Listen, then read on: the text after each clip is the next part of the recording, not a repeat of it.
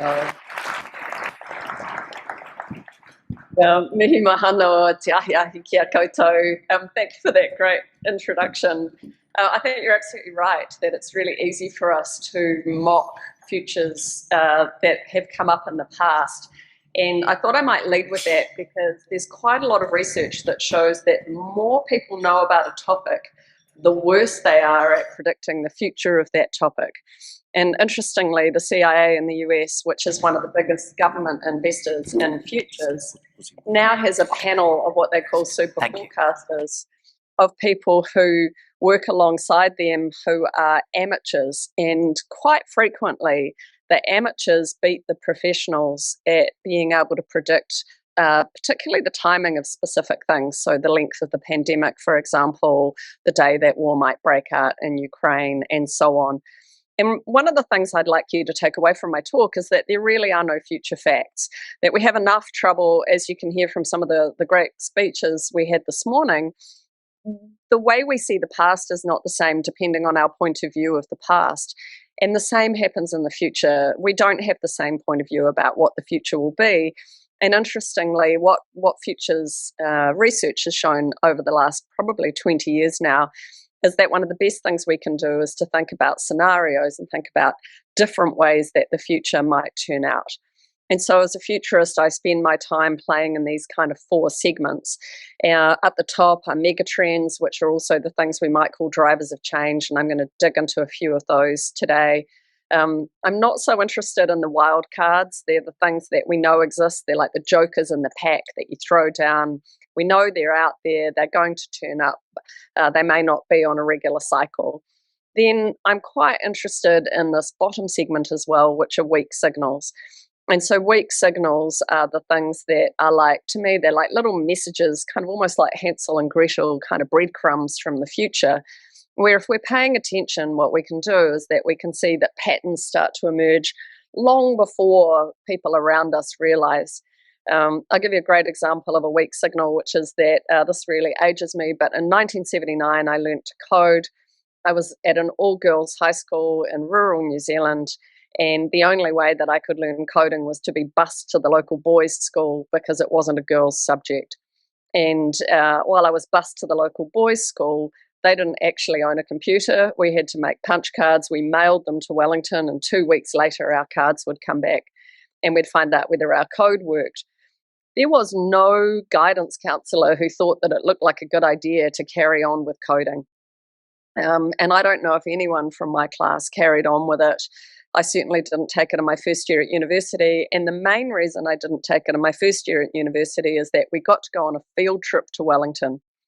And so we caught this bus to Wellington and we went to the Ministry of Transport. So huge apologies to anyone who might still be there. But in those days, it had these long linoleum corridors. It had men in walk shorts smoking in their offices. And the only other woman I saw on the trip was pushing the tea trolley, and she whacked me with a wooden spoon as a starving teenager when I took both a crispy and a ginger nut. And you were allowed one or the other. We got this pitch from the Ministry of Transport that if I did a 3-year degree in computer science, I too could come to Wellington and program traffic lights. And at that point, I realised that computer science was not for me. And thankfully, I did make some changes later on in my career and found myself back in tech. But there were weak signals there, like early schools that were starting to teach coding, or coming and thinking about what early applications of computers might be. If we hadn't had all of that work at places like Ministry of Transport or the early Wanganui computer and so on, we wouldn't actually be sitting here doing this call today.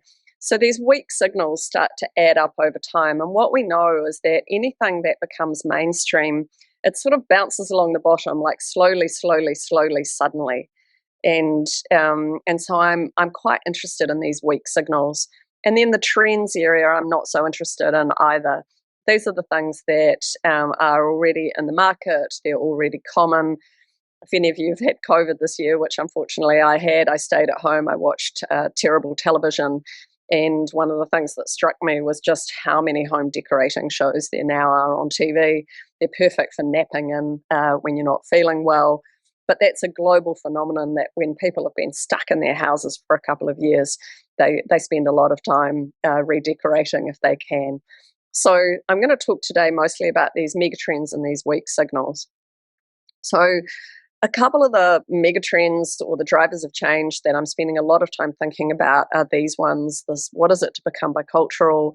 How is the climate crisis affecting us? This idea of software eating the world, food at scale, and the gig economy. I'm just going to go through these very quickly, and then I'm going to move on to the implications for regulation.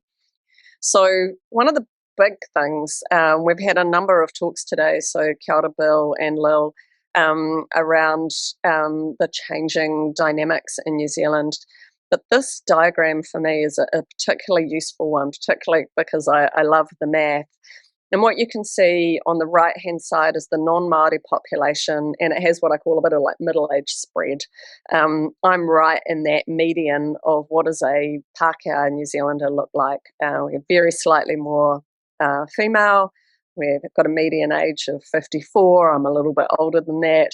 And you can see that we haven't really been popping out lots of babies. On the other side, what you see is that sort of perfect triangle. When I first did my first course in demography, that was sort of what we got taught, was that you had small numbers of old people and a lot of young people. And this is the what the Māori population looks like. And the Māori median age is in its late 20s and will hit 34 in about another 10 years' time.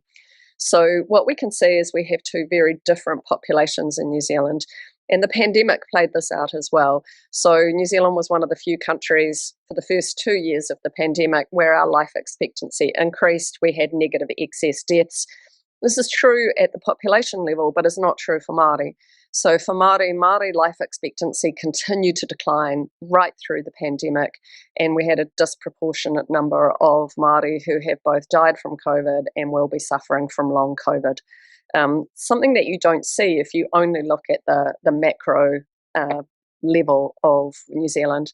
It also means when we think about future workforce, you can see that there's not that much of that future workforce being produced by the Pākehā population, and Māori population is producing where a lot of that workforce will come from in the future.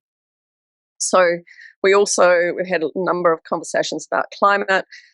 We also know that climate change is really biting now. I was reading a report this morning about Qatar, which has already had 1.8 degree change in temperature. So when we talk about a 1.5 or a 2.5 across the planet, that's an average, and there are places in the world that are already edging towards what is kind of towards the end of where humans can survive.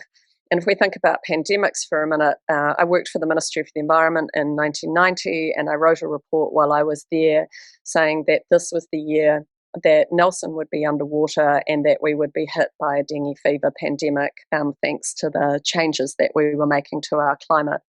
Now, it turned out I was wrong about which pandemic, but we certainly are seeing exactly what has been predicted.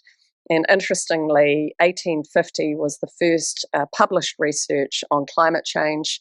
And by the 1890s, the climate science was fairly well settled that if we took carbon out of the ground and put it into the air, that we would be having this kind of impact. And so I often think, we assume that this climate message is recent. It's taken us a very long time as human beings. And if I look back at my own whānau, that is 5 generations of my family. Since scientists have been publishing work that said that climate change was going to impact Papa Tuanuku and us. What we can also see from a climate point of view, I took a course in climate medicine at university in the States in 1989, and there what we saw is that the expansion of animal agriculture was the thing that would turn this century into pandemic century. And so, we might all be hoping that we're post-pandemic, but a number of us in my work think that this was the practice run, not the one. And so we want to be thinking about how do we learn from that, what do we do to prevent future pandemics, and so on. This idea of software taking over the world has been around for a long time. I think the big change that we've really seen in the last 10 years is that more and more software is now embedded in hardware. So this is a fridge that you can buy at Noel Leeming's, don't have it, not an ad, not a shareholder. But if you bought it overseas, it's integrated with an Amazon shopping cart. The fridge scans the barcode of the food that comes in, it scans the food as it goes out, and if you don't put it back in for a third pass, it drops it into your Amazon shopping cart. This is the next place in terms of the next bit of real estate that advertisers are going to be fighting for. Advertising generally isn't working. It's not working on online TV. It's not really working in the web. But if I can get you to buy a coupon for my butter right in your kitchen, there will be a lot of people that are hoping that that's where we can start to do this. This fridge wouldn't exist without the Kindle and other hardware that we use that basically has buy now buttons on it. And so what we're expecting to see is the end of websites. And if you can remember before a website, you can imagine a time post website. And so increasingly in my field, what we're seeing is hardware, and that hardware might be a car, it might be a truck, it might be a Kindle, it might be a fridge or a stove, it might be your Fitbit, it might be your watch. But they're the things where people are increasingly moving to commerce. What's also very interesting is that right since mobile phones started doing commerce, women engage in mobile phone commerce almost, well, more than men. 80% of mobile phone commerce is done by women. And the biggest area of women's growth in terms of technology and commerce is using voice. And so almost 60% of all voice searches that are done by women. And so if you really want to see where the cutting edge of these technologies are, you generally look to busy women who need to find solutions for themselves. And so that's where these kind of domestic items have been taking over from the web for quite some time. What we also see is producing food at scale is changing quite rapidly, and you've probably all been following some of the debate around He Waka Noa. I was the first independent director on beef and lamb in New Zealand. I am a director of a meat company, and what we can see is that these emergent technologies that are producing food are far more likely to change the dynamics of our emissions profile than many of the other activities that we're undertaking in our food supply chains. And so for 5 years, I've been following the growth of precision fermentation breast milk. So there's a company at the top there, Turtle Tree Labs, and what they've been doing for 5 years now is that a very wealthy woman postpartum can come in, they take a sample of her breast tissue and give her back 2 years worth of formula designed by her for her child, as opposed to another company, Biomilk, who has looked at all of the women who are sort of super milk producers they can find and have made a substrate that they can scale up and make breast milk basically out of carbohydrate. So you take the substrate from all of these women who are super milk makers, then you put sugarcane in and you get breast milk out. It's bioidentical to breast milk, and you cannot tell any difference between it. And then on the left, what we see is a company called Helena, who I'm very interested in. So while you look, if you're interested in where technology is going, you look at women.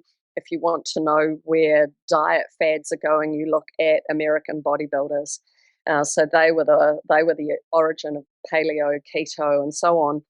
They are the biggest consumers of breast milk products in the US, and they do things like buy lactoferrin, so breast milk derived iron supplements, breast milk derived cheese, and so on. None of that has come through a human.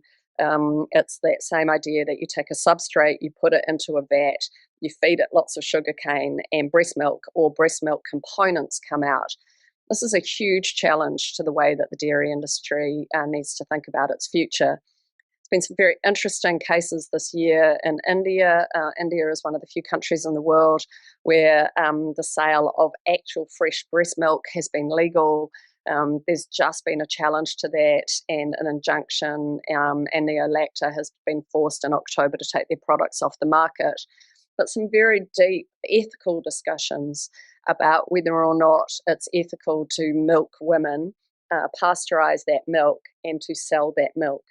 And so, some of these debates around food, where the future of food is, we're often not thinking about it. We think about our New Zealand agrarian-based economy, pastoral-based economy, but there are some headwinds coming at us from some of these technologies. We think about the plant-based meat or alternative proteins. But in many ways, where I'm more interested is in these challenges to the dairy sector, and particularly within perhaps 2 years, it will be cheaper to make whey by putting plant material into a vat and taking out whey than it will be to put plant material into a cow and break the whey out from that. And so we start to see some real changes in the way that we think about food production. Similarly, what we're seeing is with this discussion about low emissions, discussion about organics, discussion about water use, and the price of solar virtually becoming zero in many economies, we're seeing urban agriculture exploding. And in 2016, I went and saw a vertical farm in the States. The first generation of these vertical farms all went broke. And what we see now by 2022 is that there are very clear business models. So they have solar on the roof, which means they pay almost nothing for their power. They have water, and if they've done this well, they have water reuse systems where they're paying very little for their water. They have amazing genetics, the ability to do 40 or 50 crops a year, which means that they can continue to titrate and get the right nutrients for that plant, get the right light, get the optimal growing conditions, and get the right seed. And so we're seeing this massive acceleration at the moment in indoor agriculture, particularly started in lettuces and leafy greens, and then it's moved on to other fruit, in particular berries. And these are able to be designed easily. You know, here you can see Oishi gets $50 a box for 6 strawberries. That's $50 US, so real money. And it's really changing the dynamic around the way that food is produced. Plant Food is doing some amazing work here in New Zealand, and we have a lot of incredible food scientists who are working on this. But at the mainstream level, very few people are talking about these big changes coming to agriculture. So the other one I want to talk about was the gig economy. And so we've seen a real change in terms of casualisation of labour. The pandemic has accelerated this. On one hand, we can see the skills shortage that has occurred globally, and we're seeing wage inflation globally. On the other hand, we're all watching in the tech sector as we see first, earlier in the year, we saw 200,000 Ukrainian techs get taken off the tech market, where they were big outsourcing projects, and their wages for tech continued to grow. Now we're seeing the tech bubbles pop, and we're seeing more and more technology staff flood onto the market. But as they flood onto the market, they're also not willing to move. And so globally, we've seen a growth in regions, similar here in New Zealand, where people are now able to work from wherever they want. But security of work is not something that we're seeing. We also see from Statistics New Zealand that dynamics that I talked about with the demographics is that we're predicting that we'll see an increase in immigration from China in particular, and also from India, to make up the workforce that is required in New Zealand. This has some big implications for social cohesion. It has some implications for how we think about treaty. What does that mean? And then what we also just see here on the right is more and more businesses who don't need to own premises anymore. They can rent, whether it's renting office space by the hour, renting kitchens by the hour in order to do Uber Eats. We've just seen this very big change. It's been coming for about 10 years, but it's well embedded that the gig economy is here to stay. So I want to just change gears very slightly, because as we start to see some of these major drivers of change globally, what we are also starting to see is some real debate about what government is for and what the theory of change is. And so, I think in New Zealand we're having these big discussions about becoming bicultural. I found it very interesting that Wales, the government of Wales, has produced a report about what it would be to be an anti-racist country. And so different debates based on the cultural background and the history of those countries. We see that intergenerational poverty remains a big issue in New Zealand. The Helen Clark Foundation put out a report a couple of years ago showing it takes 3 generations in New Zealand to lift a family out of poverty. Obviously, climate change is on everyone's agenda. Life expectancy, educational outcomes, social connectedness, quality housing at scale, And then we have these discussions emerging globally around regulatory stewardship. But this idea of what is government for is quite an important one before we can start to really think about what regulation needs to look like in this future that we're heading into. And so, one of the things I want to pick up on, and this comes from the UAE, who are not always a progressive country on everything, but are one of the three countries I think that are doing really good long term thinking and futures thinking better than most others. And they've really said that they need to have government 50-year plans, that governments must have this long term foresight and planning, and they must anticipate and solve for potential problems before they occur. And this is an area that, obviously can't be done within election cycles. And some places are having debates around extending the election cycle, but whether we had a 3-year or a 5-year election cycle doesn't really mean that we're taking these long-term views. And what we're seeing is quite a strong movement globally for futures and foresight work to be incorporated into government thinking and government design. So, and the big questions really are that as we think about regulatory regimes, as technological change comes, as these big business model changes come, how do we actually think differently about the regulation of them?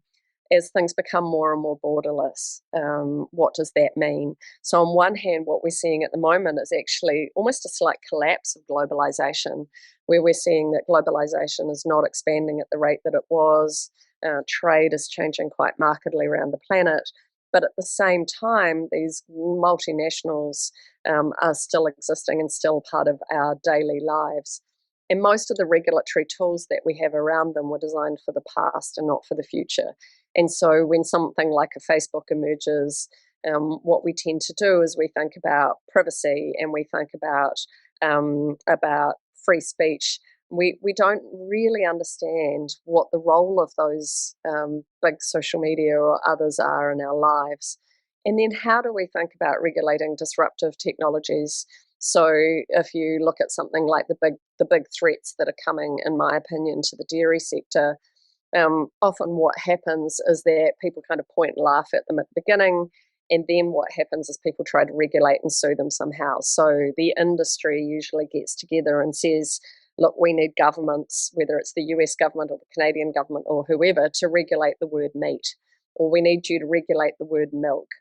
So it's not being done for a consumer. Consumers know perfectly well that if they're buying plant-based meat or if they're buying almond milk, that they're very definitely making a choice not to buy meat or milk that's been produced in an animal.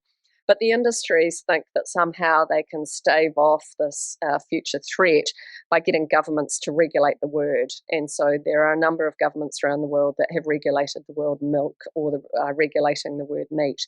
It is not going to make an iota of difference. It makes the farmers feel better. But it actually doesn't change anything. It just means the consumers kind of roll their eyes a little.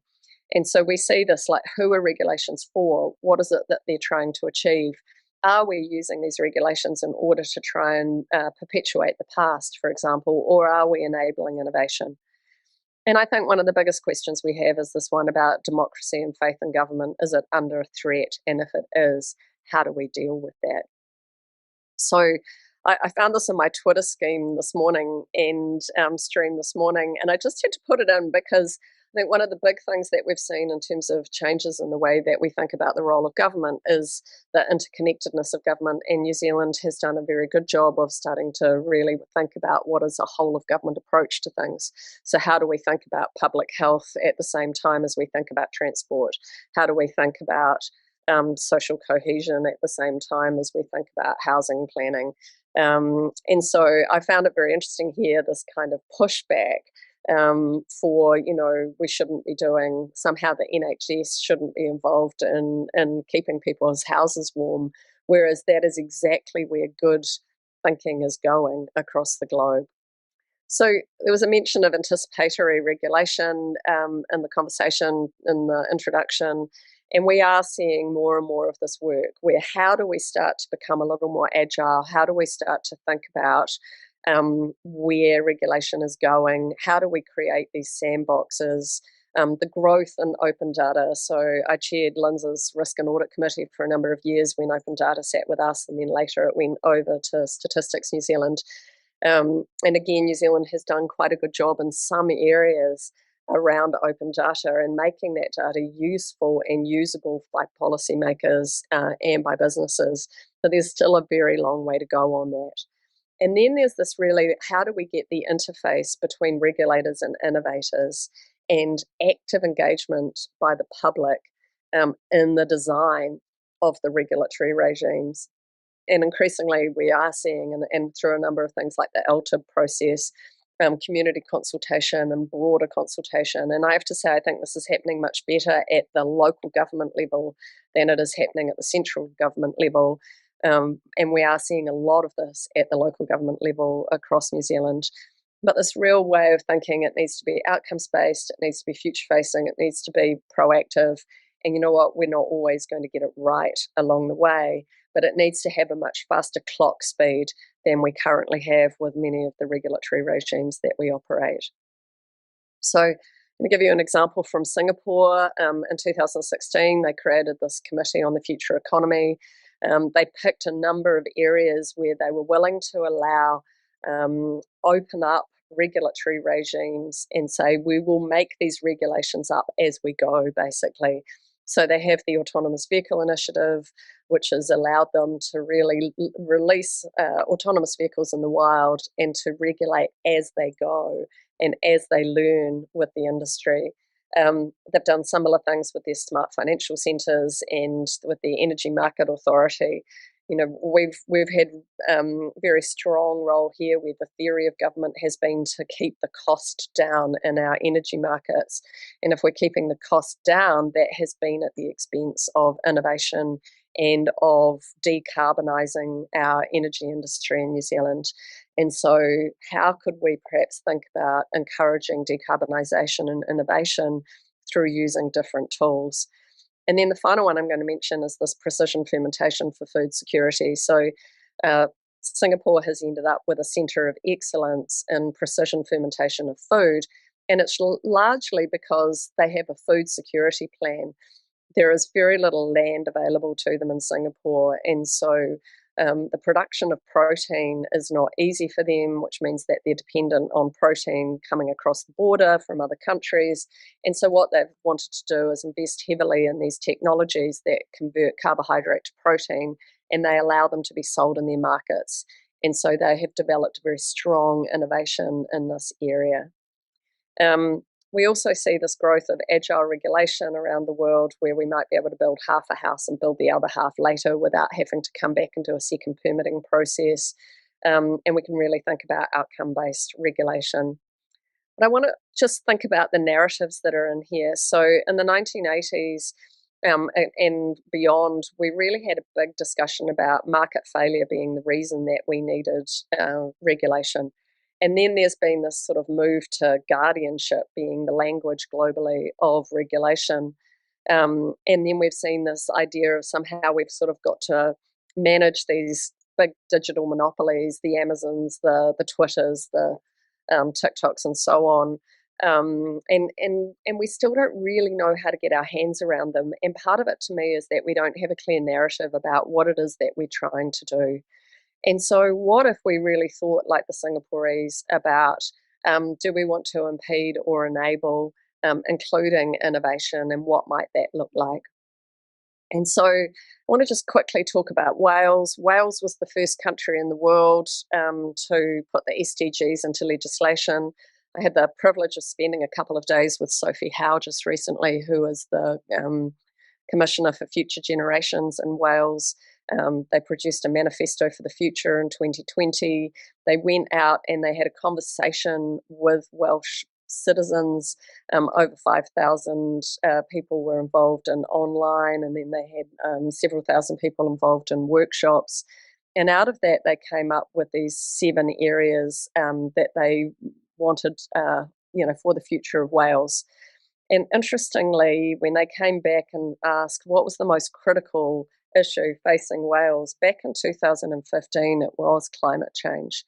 And so Sophie Howe, as Commissioner, has really taken up that challenge. And there was an interesting situation recently where, as a commission, they managed to stop the development of new roads in Wales because it clearly wasn't meeting the health and climate change outcomes that the whole of government was requiring.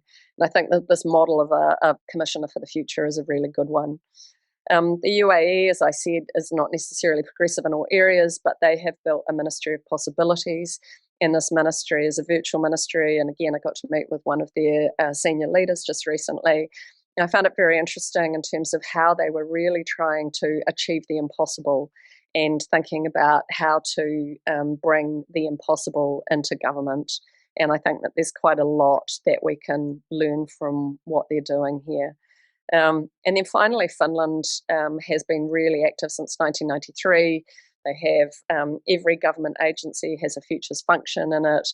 They have expertise, they have dialogues. The Prime Minister's office contains a foresight panel, and they have a cross-party committee of Parliament with 17 members in it who produce a report every parliamentary term on the future of Finland and what is required.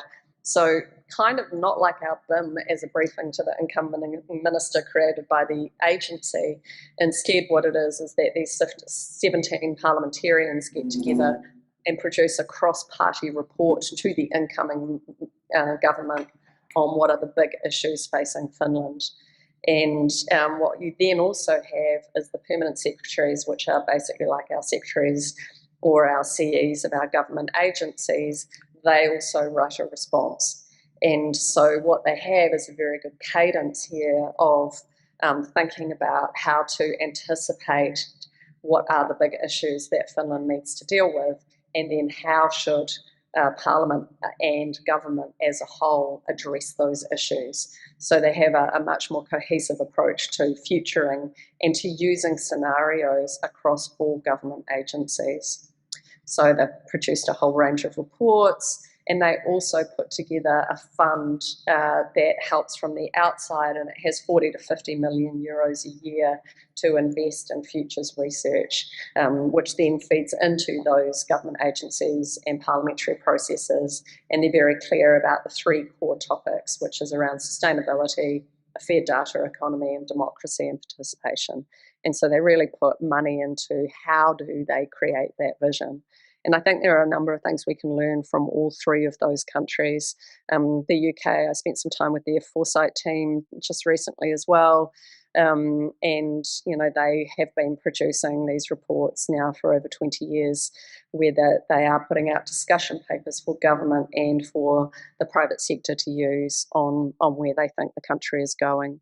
So there is no one future out there. I want to make that super clear. This is some work that I did at the beginning of the pandemic. I produced this on February 7th, 2019, and I was talking about weak signals. In December of 2019, there was this respiratory illness that was outbreaking in China. I work a lot for the food industry, so I track novel zoonoses. New Zealand had been making money hand over fist for 2 years out of African swine fever in pigs, which had meant that China was willing to import a lot more lamb than usual because they'd had to cull their pork. We've also had a couple of big pandemics around avian flu, which has been an opportunity for the New Zealand food sector. So we're constantly looking out for these opportunities and threats. And I saw this and I thought it was vaguely interesting, and I put in my database, and then one of the doctors, or the whistleblower doctors, went to jail. And so at that point, I sat up and took a whole lot more notice. On the 23rd of January, that report that's on the right there was the first peer-reviewed report that was genomic analysis of the virus that showed that it had come from a bat to a pangolin to a human.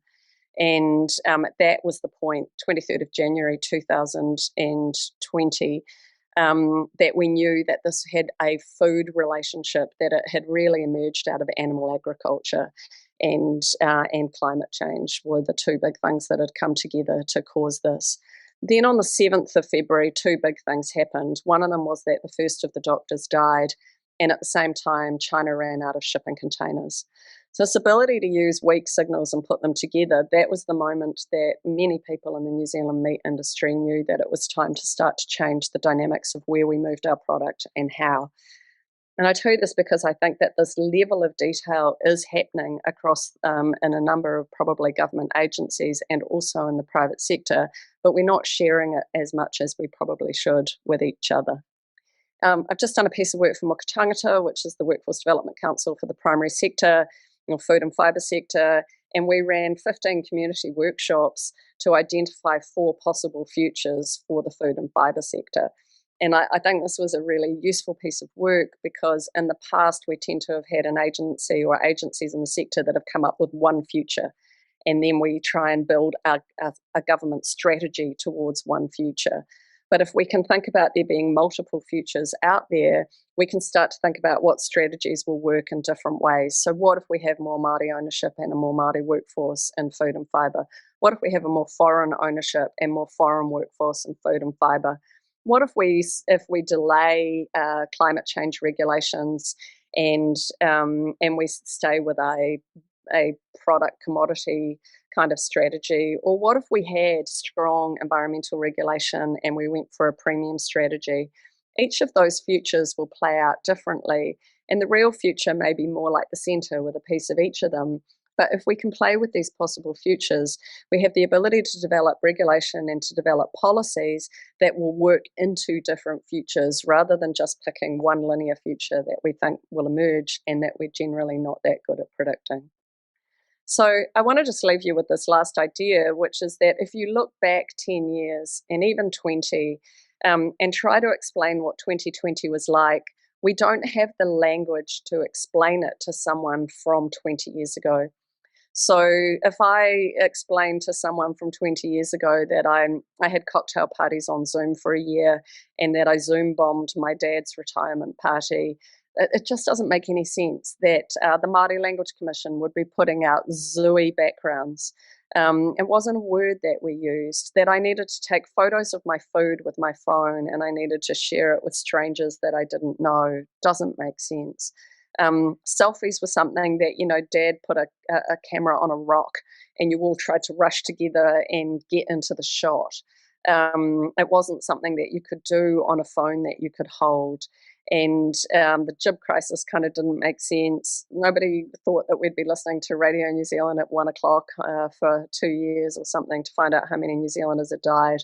And I didn't expect to be going to work in my jammies and just looking great from the waist up. To be fair, I'm fully dressed, just make that clear.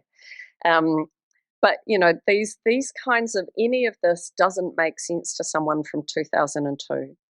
And I think that's important because what happens is these changes happen slowly, slowly, slowly, and then suddenly. And yet our regulatory environments take a very long time to change and we're slow to anticipate. That isn't because government is bad. I want to be super clear at this. Humans in general are bad at this. We get used to what is around us and we don't notice that the world is changing. So I would encourage you to think that in 20 years' time, we won't have the language to describe what it is that we're doing. And so what we need to be thinking about now is how do we deal with emergent issues faster? How do we think about using these scenarios in the way that we develop regulation? And how do we really take those future generations into account? And so this diagram I really love, where you can think about that little grey bubble being the people who have been born but are now dead. The little green bubble is us alive at the moment. And then that big orange bubble is our future unborn generations, and they way outnumber us. And yet what happens is we mostly think and design for today, not for them. So,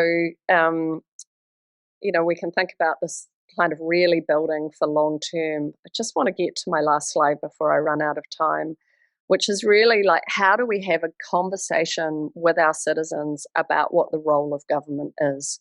Not just a discussion about market failure, not just a discussion about guardianship, but what is it that our citizens really want from government and how do we provide for that?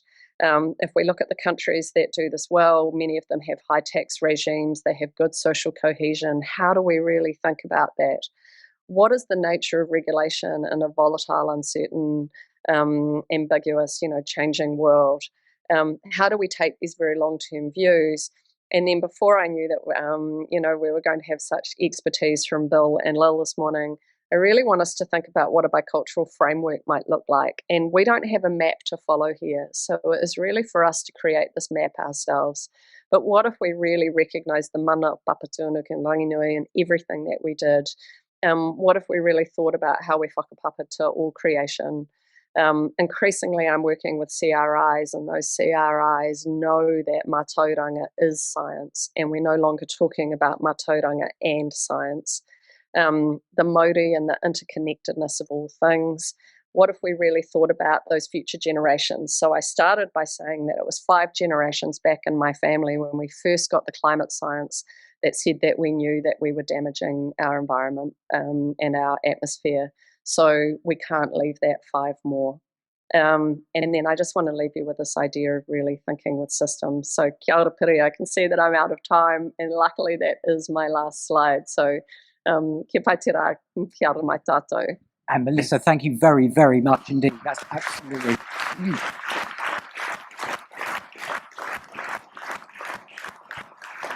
absolutely phenomenal. There is so much in there. We are fairly tight on time, but we would be robbing ourselves if we didn't avail ourselves of the chance to ask some questions. Anyone want to ask me in an analog fashion, Mick Jagger style, in the microphone, or pop it through on the app really quickly? Melissa, while they're thinking about that, just one from me. We're sort of previewing the use of data. Where does that fit into, if you like, the cosmology of what you put forward in terms of, postulating alternative futures, almost a sort of multiverse point, if I could put it like that? Yeah. So one of the things I really like is if you create those scenarios, like say we did there for Mokotangata, we ended up with 4 very different scenarios, and we created them with farmers, with unions, with kaumātua marae, with rangatahi. And out of those, what you can start to do is to track the weak signals as they emerge and see which are starting to become more likely. So let's say we had a scenario in which we have more Māori ownership and more Māori workforce. Well, we could track treaty claim data, and we could see where is that investment money going, and are we seeing an increase in people coming home? Are we seeing an increase in papakainga housing? The gig economy in some ways could play very well for papakainga, because you could come home and work in the hops in half the year and seafood in half the year. You may still have a gig economy, but you've got a full year of employment at home. So we might track the data differently depending on which scenario we have. Or if we're thinking about that one where there is more foreign ownership and more immigrant workforce, how do we track the data points that start to see if that's emerging? And then as these futures emerge, we can start to build policy around them. But we've already anticipated that these 4 different ways the future might turn out could already be, could be emerging. And that's going to be something that I'm going to, it makes sense to me. And I think it will make sense to our next panel that I'm going to sort of wire this into. But before I do that, anybody else? Anyone? Going? Gone. Big hand again for Melissa. Thank you very much. Thanks very much. Have a great day.